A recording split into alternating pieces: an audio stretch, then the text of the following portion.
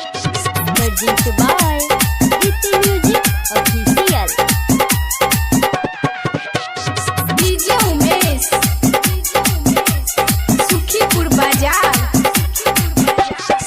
जिला के होई अपना हम रंगदार हो, पीछे ना होतिले होला जब मारे हो, रोहिले हम हुसैन से चले बम तब हम सुन रोहिल सीना तान के चले बम तब हम सुन रोहिल सीना तान के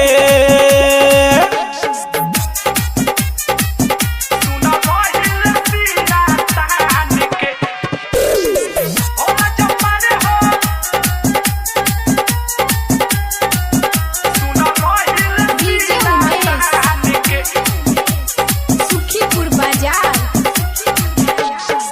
हमारा आगे चली नहीं केहू के रंगदारी हो, हमसे जे उलझी तो पड़ जाई उनका सुना भारी हो।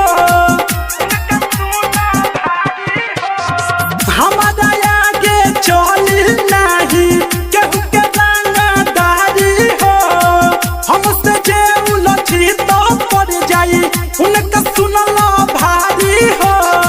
कुछ न करी हमार पुलिस थाना, गोलियां बमल के घूमी रोजाना, सुनी बतिया ध्यान से चली बम तब हम सुन रहिल सीना तान के चली बम तब हम सुन रहिल सीना तान के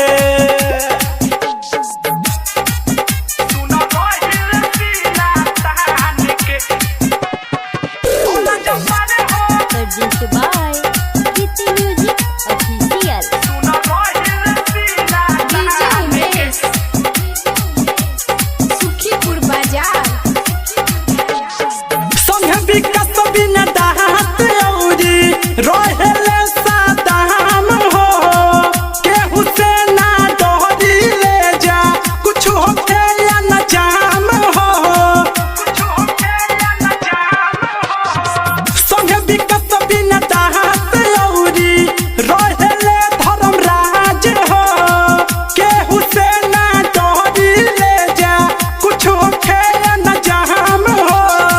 हवे गोपालगंज हमनी के जिला, जहाँ जानी जा गाड़ी निकला, लेनी हम बदला अपमान के चली बम तब हम सुन रहिल सीना तान के चले बम तब हम सुन रहिल सीना तान के।